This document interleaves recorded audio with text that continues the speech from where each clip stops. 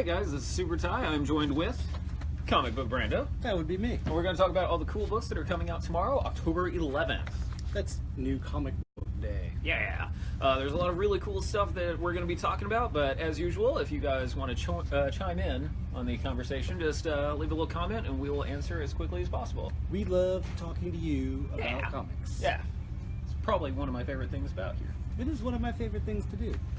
So I'm going to start off while he's setting up the iPad. The Wicked and Divine. This is issue number 32, and this is just an all-out, drag-out battle between pretty much every main character happening in this book.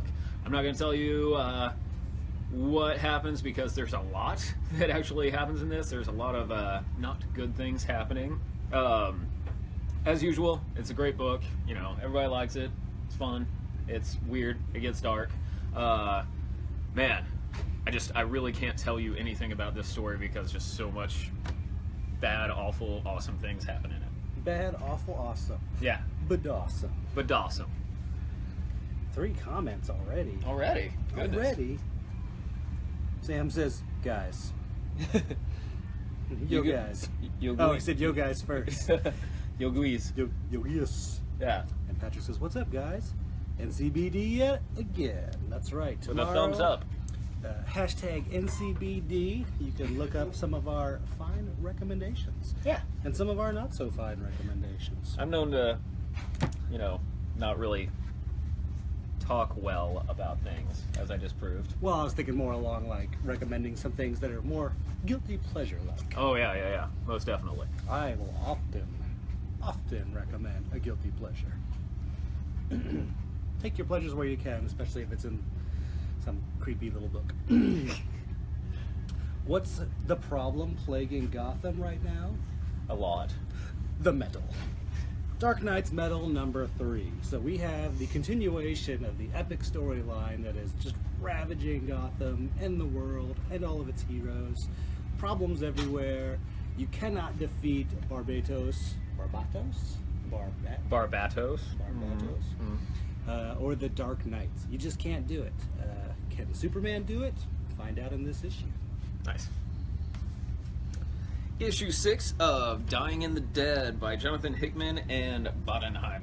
So Bodenheim is my first name. No, I forgot his first name. I do know that they worked together on Red Mask from Mars previously.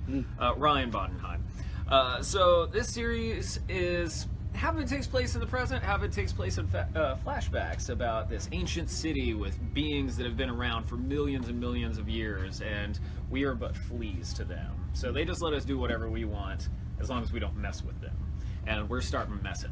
So it's getting like heated in this series. There was a huge delay between issues 3 and 4, like years and years long delay, but now they're coming back on a semi-regular schedule. It's awesome. I'm digging it. It's a really great book. Good to see. Yeah. Sam says, I can't talk well either. You just proved yourself wrong. Richard congratulates us for 40 years in the comics biz, saying we're old. Yeah. Congrats. What do you all think about Marvel's new reboot? It's not really a reboot. It's just kind of like embracing the past a little bit more readily. Yeah. That's how I feel, at least. Well, it's a return to legacy numbering. Right. You got to return to legacy characters. Right. Some new creative teams on some books that shaking things up, but you also have some ongoing creative teams. When you've got things like Mark Waid taking on Captain America again, I'm really stoked about that. I mean, Waid and Samney, they're great at everything. That alone has me completely hooked on the new legacy direction. Yeah. So I'm into it. But there's lots of good stuff. I'm really enjoying all these books, and we're going to talk about them tonight. So yeah, there's also like one thing I think is really cool is they're giving like one issue to 4 different series or 5 different series that kind of needed one more issue, like Darkhawk and Power Pack and Not Brand Ek. Did Not Brand Ek need another issue? I'm excited about it. It's the return of Forbush Man, so yes. Finally. Yeah, you know, I've been waiting. I'm into it. Yeah, I mean, his last big appearance, I believe, was Next Wave. Yeah, probably. Yeah, so I'm enjoying the new Marvel stuff, and especially even like I'm just stoked about new things that are coming out. Like one of my favorite writers is picking up Moon Knight, so I'm really stoked about that. Well, and a Marvel reboot never wipes out what happened before. Right. It's just really just sort of continuing what was going on. But you've got good jumping on points, and you've got places where you can, pick up a series. Sam says we need more slapstick, and Sam, I am 100% behind that. Love slapstick. Patrick is also sold for Hickman's name alone. Yep. Dying of the Dead. The Amazing Spider-Man number 789. That's right. Legacy numbering, baby. We're going to see a Spider-Man 800 in the near future, which really didn't have... 700 wasn't that long ago. Yeah, it was not... Yeah. And 600 wasn't really that long ago either. Those last couple hundred. Yeah, they just kind of fly firing past. away. So when you have a global company and you're making the world a better place, you're using technology to do amazing things, and then you bring it all crashing down just so Doc Ock can't have it, create some problems for you. And Peter Parker is having those problems. He's in the dumps, and he needs to pick me up fast because things are looking pretty awful in Parker World. Check this out. This is the Fall of Parker, Part 1. I really enjoy the Amazing Spider-Man series, and we're gonna get a whole new thing happening for Peter Parker. I hope the spider buggy's okay. I think the Spider Buggy probably got lost in the corporate kerfluffle. That's it. I'm done reading comics then. It starts off he's riding couch, so Oh, okay. yeah. Okay, so my next one is, excuse me, kind of hard to explain. It's called God Complex, and it takes place in this futuristic society. And this forensic investigator is investigating these murders of these 3 church acolytes. And then it gets kind of weird because there's this class of people called rulers. And this is one of them. He's called Hermes. And he's kind of like taking the hand of this forensic investigator and like kind of showing him how things work now. It's really hard to describe, but the artwork's very solid. I got to flip through it for just about 3 minutes, and I'm definitely going to be delving into it more tonight. This is Paula Jenkins. I remember reading about the solicitation. Yeah, I mean it looks really cool. It's just like this is a thinker. Cool futuristic sci-fi. Yeah, so wish I could tell you more about it, but I don't want to, say anything false. Crime Destroyer number 2. I missed talking about this for when the first issue came out, so I want to be sure to mention it this week. Do you know who Ben Mara is? We do. We like that guy a lot. His comics are great and pretty crazy. This is one of his comics. Yeah. He does co-scripting and art, and Josh Bayer does also co-scripting. Beautiful book, like indie comics, indie comic creators doing superhero stuff, sort of in the classic vein. A little violent, a little crazy, but has that traditional comic spirit. So I can't recommend enough these awesome Fantagraphics superhero comics. Bullwhip. Right. They're just like super cool and fun. So Wasn't there a Tarantulina? well, that was a sort of a separate graphic novel. Oh, okay. I'm sorry. And that was by Alexis Zirit Yeah. and Fabian Rangel. This is actually published by Fantagraphics and is part of like a sort of a comic book line. There was another character too, but I'm completely blanking on it. So, And is that newsprint I see? yes, that is on newsprint paper. I miss newsprint. Well, this is like the best way to get your classic comic Jones going on without reading a classic comic. Yeah. So, Crime Destroyer number 2, pick it up. My next one is called The Family Trade by Justin Jordan, who I'm a huge fan of Justin Jordan. He did Luther Strode, he did Spread. He's really great at what he does. So this is kind of steampunkish. It's also kind of pirate story as well. It's about this girl who's an assassin, and she's trying to kill the governor of this... Let me see if I can get the entire name correctly here. Pardon me. It is called The Free Republic of Thessaly, informally the Republic, very informally the Float. It's just this giant, like, manufactured island. And there's a lot of not great things happening in there, and she thinks if she can kill this one guy, everything's going to be getting better, but he's on to her. So the artwork's pretty darn great. It's got a nice painted quality to it. Huge fan of Justin Jordan, so I'm definitely going to be delving into this further tonight. Awesome.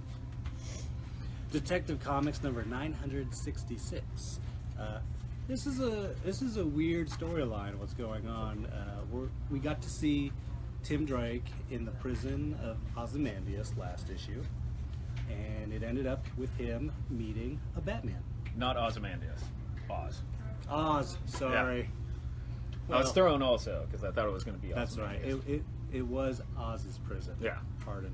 I'm also thrown off by like all the All the button stuff. Yeah. all the back ads from all the DC. Yeah. comics this week. Sorry, I didn't mean to. It's all right. Chad says steampunk pirates. I'm down. Right, Chad? Yes, Oz's prison, and he encounters Batman there, but it's not Bruce Wayne Batman. Spoilers from last issue. It's Tim Drake Batman, and he's got the world in his gloved palm. So, find out what's going on there. There's a doomsday running around. There's craziness. Can you change the future? Can you change the inevitable? Find out. My next one is a very crazy book called A Tomahawk. This is written by a friend of the store, Donnie Cates, and also Ian Betterman is doing the art. He's a local tattoo artist, which I found out. It is a very... If you're a fan of... oh my goodness. Space Riders. Sorry. If you're a fan of Space Riders, this is definitely your kind of book. It's about this guy called Cyberzerker. That's pretty good. And he wields the Tomahawk. And basically the best way to describe it is the Tomahawk is alive and it has the personality of a cat. It likes you if you do things that it likes, and it primarily just wants to cut things in half. So there's actually 3 stories in here, all collected from the Heavy Metal miniseries that was going on. I believe it's going to be an ongoing after that. Very crazy book, but that's also why I liked it. Jose asks, how were the Nightwing comics? Nightwing comics are really good. It started off very strong. The Better Than Batman storyline, where it was Dick Grayson coming back from the Grayson miniseries. He was like, I'm going to be better than Batman. And it goes in a lot of different directions, and it also brings back a lot of stuff from previous series, like the Grayson series, like Agents of Spiral show up. I've been enjoying them. I've been thinking it's really cool. Right on. Yeah. Lenticular cover. So this is the Despicable Deadpool number. What number are they going with here? 287. Because we got that legacy numbering again. Yep. Swiping the cover of Amazing Spider-Man 129. Here's the more stable version of that cover. So Deadpool has a task. His task is to kill Cable. And that seems weird because those guys are good buddies. But they've had a varied history, let's say. Yeah. Who put Deadpool on this task? And what's going to happen when they pit buddy against buddy? Cable has a lot of censored curse words to throw around. A lot of fun, a lot of crazy, violent, hilarious, highly recommended. Check it out. And Brandon showed me the best insult line I have ever seen. There's such a good joke in here. I'm not going to spoil it for you. But it quite chuckle-tastic. It made me laugh. Little pop culture, little shout out there. Yeah. My next one is XMen Blue. This is issue number 13, I believe. Yeah, 13. This is actually the ongoing storyline of Mojo World from X-Men Gold last week. As you can tell, Longshot's showing up. Yeah, it's kind of like, right on the cover right there. Mojo is basically putting the X-Men through their greatest hits to get more viewers on Mojo World. So, there's Days of Future Past happening. There's also Asgardian Wars. There's also just like a lot of random things. And he split the giant team into 3 little teams, and they're all fighting, trying to get out. Some pretty good, also commentary about media nowadays. Like, Longshot actually has, followers. And there's all these video cameras just floating around him, and he's talking to the cameras. He shows up and he's gonna save everybody. He's like, hang on a second. So viewers, this is where I am. It was actually pretty fun. As you guys know, I'm a huge X-Men fan. X-Men Blue and X-Men Gold have been amazing. Come grab this. Scoop it up. Scoop it up. Gotham City Garage, the comic based on the popular statue line. This takes place in a Gotham City, in a far-flung, sort of post-apocalyptic type future. consider Gotham meets Mad Max. You've got Kara Gordon, which really kind of threw me off since Kara is a Superman character. Living a life, but she comes across these like Batman Borgs. Okay. That mean to do harm. Fortunately, there's a motorcycle gang that is ready to back her up. This is an odd one. This is a crazy sort of like Elseworld style tale, and it starts here. So give it a read and see what you think. Nice. My next one, it's another lenticular cover. This is the Falcon #1. It's kind of taking off from the Invincible Iron Man #71 cover. I'm not gonna lie, of the 2 Captain America series that was going on for the past couple of years, the Sam Wilson one I thought was the better of the 2, even though they're both written by Nick Spencer. And it really like expounded on the Falcon story, Sam Wilson. So I really want to check this out, and it carries on a lot from the original story plots from that Sam Wilson Captain America. Basically, he has a new protege, a new patriot, that if you read the Sam Wilson Cap, you know who that is. And he's basically trying to make America a better place. Like, trying to ease some problems between gangs, society, classes, all this stuff. And I was very surprised at who the main villain for this story arc is going to be. Like, it threw me out of nowhere. I was like, all right, cool. I never thought I would see that happen. But, like, yeah, it's... Yeah, I was just like, all right. So, huge fan of this. I'm going to be reading it until it stops.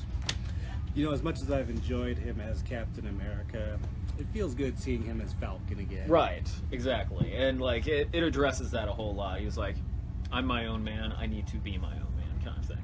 Yeah, I like him as that character. That's who I always knew him as. And that's, to me, what Legacy is about, is like, you know, when you think of Sam Wilson, you think of the Falcon. Right. Rocket #6. Concluding the first story arc. It's a heist tale that ends with a bullet in Rocket's brain. Awesome. Well, at least that's where the last issue ended. Yeah. How do you get past that? This is a crazy techno sci-fi, yet like real gritty sort of a heist detective story. It's got some real pathos to it, in addition to the crazy crime adventure. Love this book. Really excited to see its ending, the storyline, and it was really good. It moved me quite a bit. Oh yeah. Give this one a read. Catch up on this if you haven't yet. This is I love this character. Always have since Incredible Hulk 271. He was always that oddball character because he was in the first Hulk comic I ever bought. Oh. Yeah. Oh, I didn't know that. Fun fact. And I've sort of followed him through the years, and this is probably one of my favorite things he's appeared in. My next one is Runaways #2. After the first issue of this, with a lot of different surprises, I guess you can see what's happening there. Gert's back, and they're trying to just catch her up on what all's been happening. Which, you know, in comic book time, she's been gone for 2 years, but in like real time, like what, a decade? Yeah, Something like that. So she's like, "Where is everybody? What happened? We're supposed to stay together until the very end," and apparently that happened a little too early. So she's wanting to get, you know, the gang back together, essentially. There's a lot of cool little Easter eggs in this also that I thought was pretty cool. I'm not gonna lie, I never really read all of the original Runaways, so that's something that I need to do. I'm bad at that. Did you read Avengers Arena? I did. That was awesome. Avengers Arena and Avengers Undercover was like the pseudo sequel to that. Those are both awesome. Yeah. So, and that plays a part in this a whole lot, actually. I am switching over to trade paperbacks. This is a heavy trade paperback week for me, and we'll go to Low Volume 4. This is the Rick Remender sort of crazy sci-fi series. It's a dying world, and Tajo is going to the last great domed city. However, it's no longer a great city. Now there's problems, disaster, and it too is on its way out. So what do you do when the world is dying? Find out in Volume 4. I'm still on single issues. Defenders. This is issue #6. I've been loving this series. I actually rewatched all of the Defenders Netflix series this weekend just because I had nothing to do. And man, this series is so great. All the great street level heroes of Marvel teaming up, kicking butt. You kind of find out a little bit more about Diamondback in this issue. There's also like a cool little courtroom scene where they changed the art style to look like courtroom sketches, which I thought was a very cool idea. So David Marquez, you're killing it. This also kind of leaves it on another little cliffhanger, as it does, and it's going to be having repercussions through all the street level hero books. So it's still solid. It's still great. You should still be reading it. I have thoroughly enjoyed Defenders. Yeah. Marvel Horror, the magazine collection. I am so stoked about this collection because it puts together a lot of stories that are kind of hard to track down. In the 70s, Marvel did a lot of black and white comic book magazines, including a lot of horror content. It would run through Marvel Premiere, or they'd have like a special issue of this or that, or they'd run like a 2-issue series. It's all here. So you've got Blade, the vampire hunter. You've got Satana, the daughter of the devil. You've got Gabriel, the demon hunter, and of course you got Dracula there as well. Beautiful black and white art from like some of the greatest comic artists of the 70s. Excellent writing, fun, crazy, creepy. Check it out. It'll get you in the Halloween mood, you know? And I do love classic Blade outfits. I mean, the man he dressed for... You dress for the job. You dress for the job you want. You get a coat with some pockets, some green goggles. Yeah! To block out. It would be awesome if Wesley Snipes wore that for Halloween. That'd be great. That would be pretty amazing, actually. My next one is Superman Action Comics number 989. Only 11 more issues until the big 1,000. That's crazy. So this story, The Oz Effect, is continuing, and basically Oz is trying to keep Superman distracted by a whole lot of things so he can go talk to Jonathan, Superboy. And it's gonna kind of be like the battle for Superboy's soul. Super Bowl soul. For Super Bowl soul. So yeah, this is still being really great. Artwork's fantastic. I really kind of like, after reading this issue, I'm like, oh man, what could happen next? Because I don't want Superboy going bad, but you never know. So definitely be reading this. Michael Chabon's The Escapists. So this was a graphic novel, comic series written by Brian K. Vaughan. It's not an adaptation of The Escapist. It's, the book itself was The Amazing Adventures of Cavalier Clay, about two fictional Golden Age creators who their character, The Escapist, was insanely popular. Highly recommended book. Brilliant, wonderful, excellent read. This is a comic set a few decades later, in the present, about a young man who acquires the rights to a forgotten Golden Age character. He and his friends bring the character back and start publishing new escapist tales. So you've got this kind of cool interweaving of escapist comics with their adventures, and they're doing things that are going to get them in trouble just to promote the comic. Excellent read. It's just like a little sort of a beautiful coda to an amazing novel. So highly recommend reading the novel. Even if you haven't, you'll still enjoy this graphic novel. So give this a read. It's been a few years since it's been out, so any Brian K. Vaughan is excellent to pick up if you're looking for something a little cerebral and yet fun and crazy and exciting. Only got a couple of more single issues. My next one is one I've been looking forward to ever since I saw the solicitations. This is Ragman. Are you familiar with Ragman? Brandon, are you familiar? I am familiar with the traditional Ragman. So this is kind of like a new take on his origin. Rory, as his real name is, he was a tomb raider, I guess is the best way to put it, and he's the only survivor of his little team, and something from that tomb is trying to haunt him. Is it good? Is it bad? Who knows? So they've completely changed. Well, I mean, Rory was still the character, but yeah, they changed it around a little bit. All the backstory. Yeah. So that he has not previously existed as like a tatterdemalion. Yeah. Yeah, it was really cool. I wonder if they still call him that. Creepy. Yeah. Artwork's really good. It does a lot of shadow work, which I thought was very cool. It's got a stronger supernatural. Yeah. So Not the original one wasn't either, but Stumptown, Volume 1. This graphic novel is available for $10. This is a fantastic read. This is one of my favorite recent Greg Rucka books. Beautiful artwork. This is about a private investigator named Des Parios. She's got a company called Stumptown Investigations, clearly set up in Portland, Oregon. The city is as much a member of the cast as all the characters.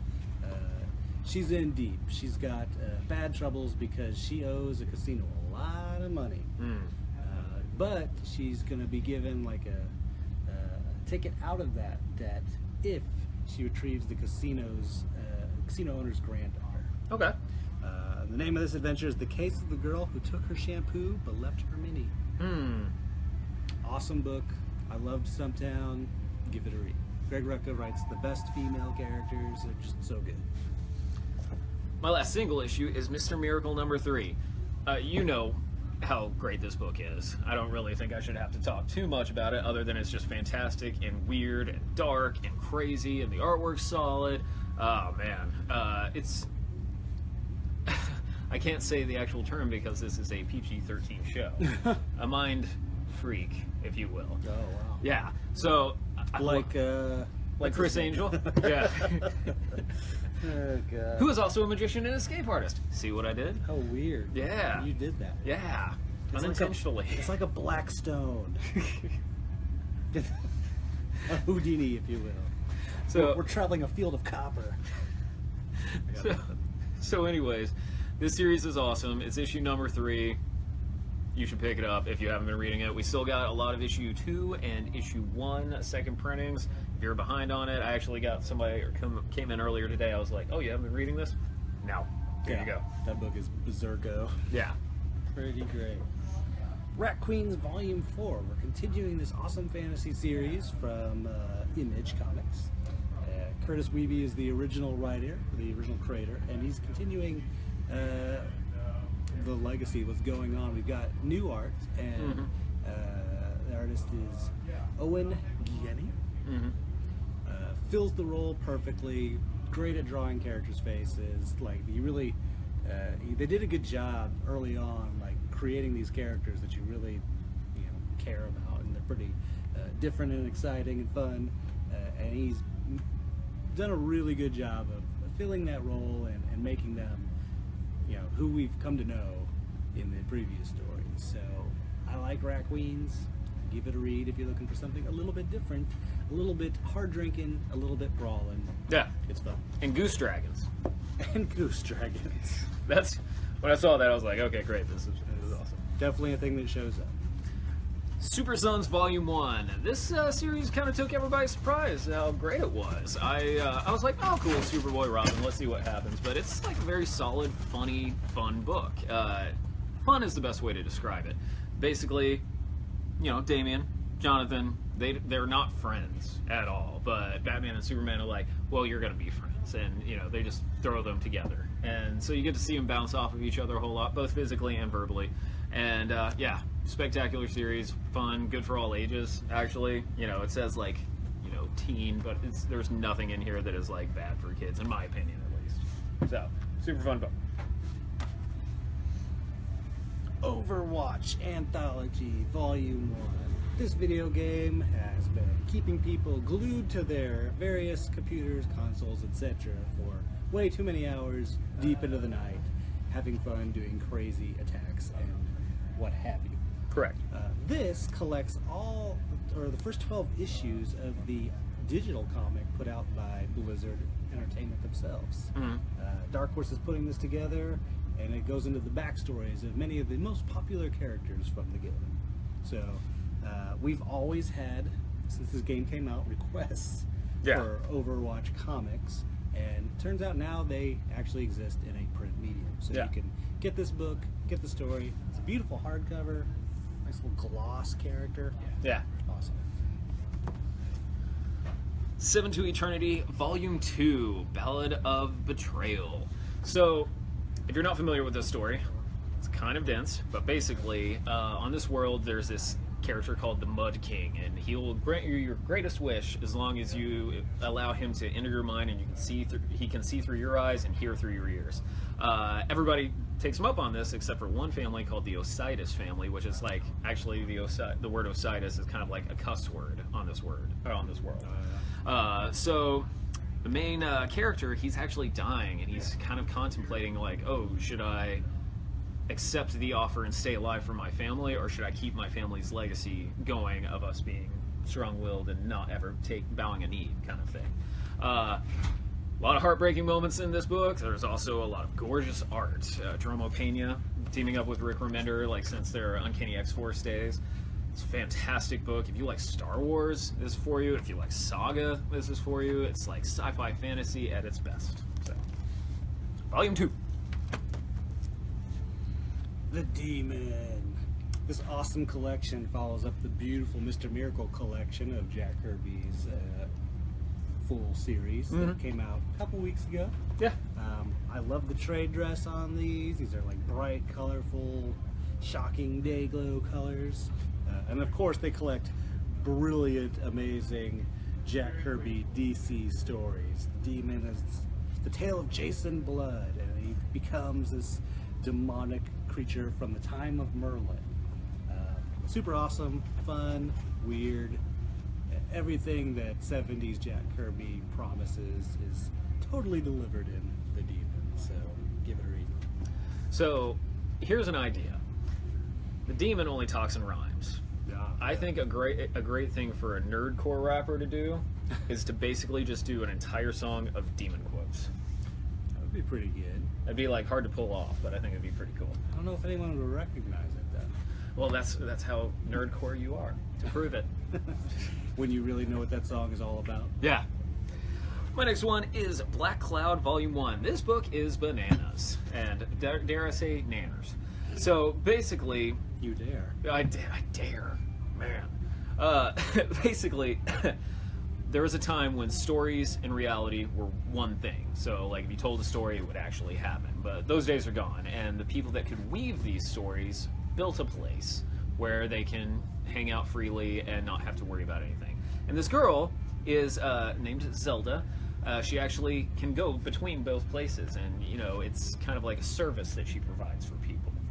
And in the background, there's always somebody like out to get her. This one guy who I guess could best be personified as a black cloud.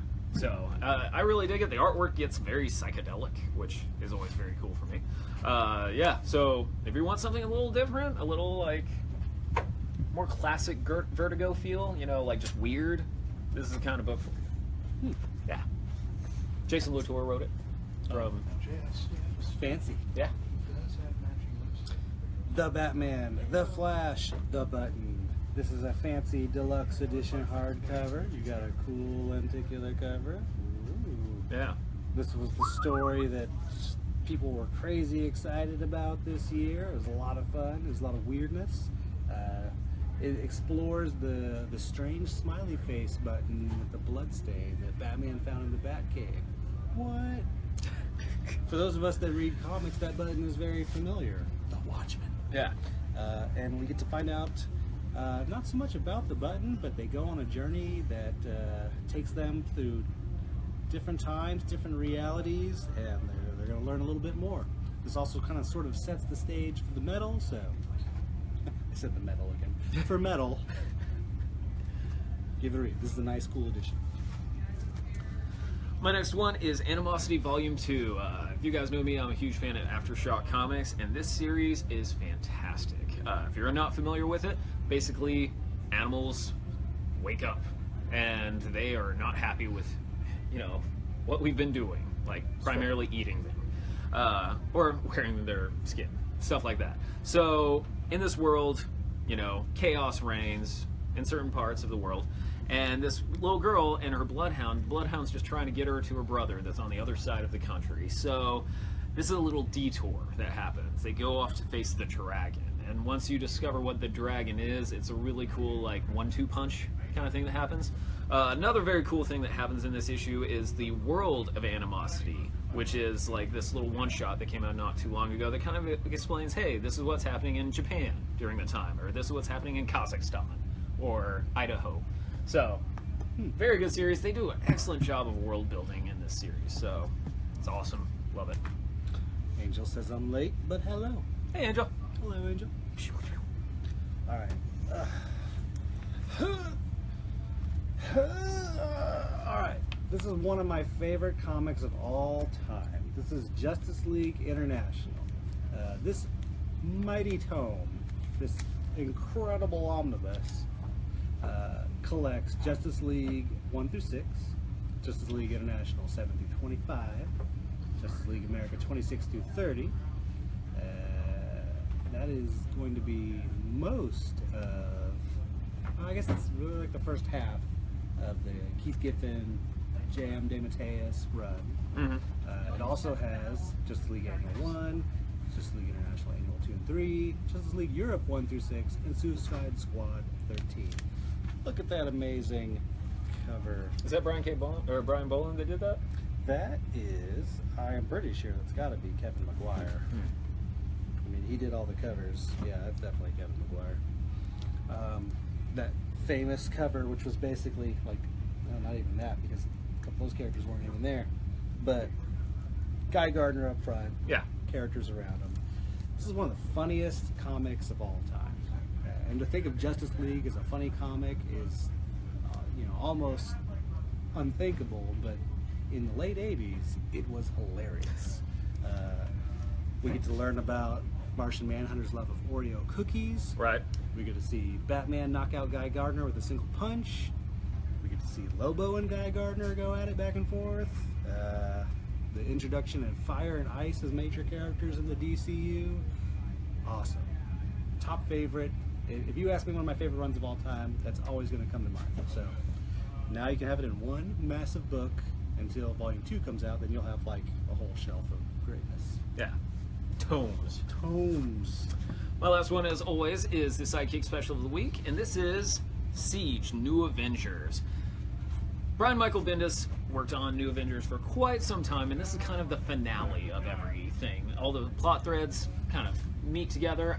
I liked Siege. I thought it was a great crossover. Oh yeah, it's really good. This also has the issue number, New Avengers finale, which was like a good 50-page comic, just like tying everything up. Here we go, we got it. So, super awesome book. There's a lot of great artists like Stuart Immonen, Daniel Acuna, Marko Djurjevic, which I haven't really seen him do much recently. It's kind of a bummer because I love, covers maybe. Yeah, he does covers, but like he did like the interiors for Thor for a while, and it was awesome. Anyways, this book's usually $24.99. We're doing it for $8. That's an awesome deal. If you want an amazingly great Avengers story, pick this up. You can find out how bad things get when Norman Osborn runs the world. It gets pretty rough. It gets pretty bad. Also at Sidekick, the actual Siege crossover event book itself. Oh, thank you. Thank you, Brennan. Now go away. Okay, so that's all the comics that we're talking about. Let's quickly go through everything that is going on right now. All right. We have Ladies Game Night, which is Thursday. This Thursday? Yes. Oh, fantastic. That's going to be over at Outlaw Moon. We have Kids Day. I've always seen, so whenever I am leaving on those Thursdays, like the tables are full, everyone's playing games, I'm like, good job. Yeah. Excellent. I'm glad to see this. Yeah. Our ladies' nights are usually really great. Well attended, and they look to be super fun. I don't know how I actually get to attend, but they look awesome. But we can dream. Do you have that dream? No, actually, I have more nightmares recently about like doll ghosts. It got really weird. Okay. Yeah. Doll Ghost game night is next week. Yes.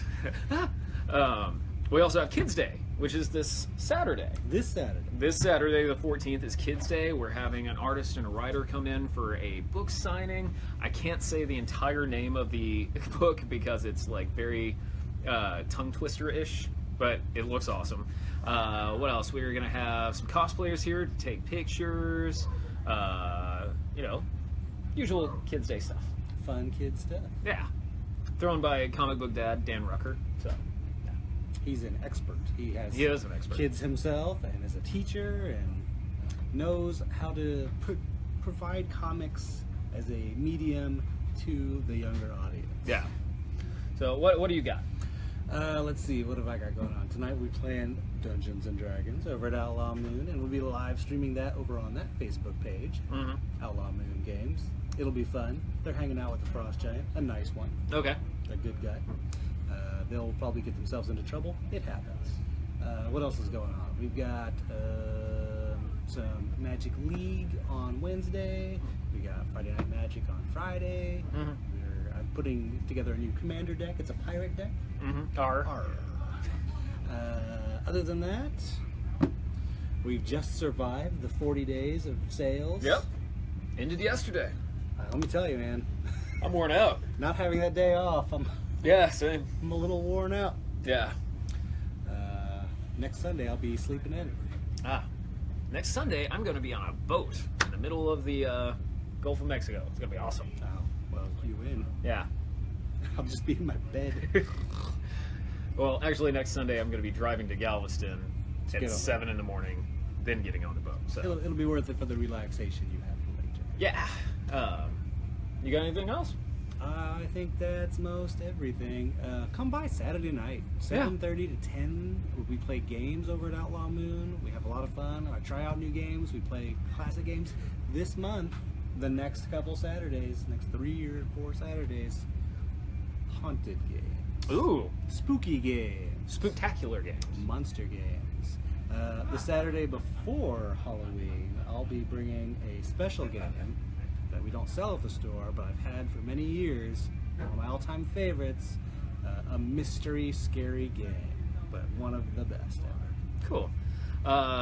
If you go to the game night and it ends at 10, at 11 I'm playing a show at Dozen Street. So you guys could just caravan down. We'll just move right on over. Yeah, my band Laser Tusk has a couple of comic book regulars in that band, and we decided to make a band, and so we're going to be playing a show at 11 at Dozen Street on 12th and Chacon. Are there any members of that band that are not regulars here? The guitarist Drew. Okay. He is. I'm trying to get him into it. He came by for last free comic book day, so I'm trying to ease him in. All right. Because I want to do a comic book rock opera. Get them indoctrinated. Yeah, that's pretty much it. I turn 35 tomorrow. Fantastic. Yeah, Happy birthday tomorrow. yeah. It's also my wife's birthday. I've known that. Yeah, it's weird. Really works out pretty well. Yeah, it does. Never forget. But So it's for his birthday tomorrow. Come in, talk to us about comics. Yeah. Talk to me about comics for his birthday. That's yeah, that's what I really want. I just want you to talk to Brendan about comics. Yeah, that's pretty much it. So you can follow me at SuperTitanton1. You can follow you at. Comic Book Brando. You can follow both of us at Austin Books, and we'll see you tomorrow. Tomorrow. Thanks for commenting. New Comic Book Day. Yeah, NCBD. I can't reach the finish.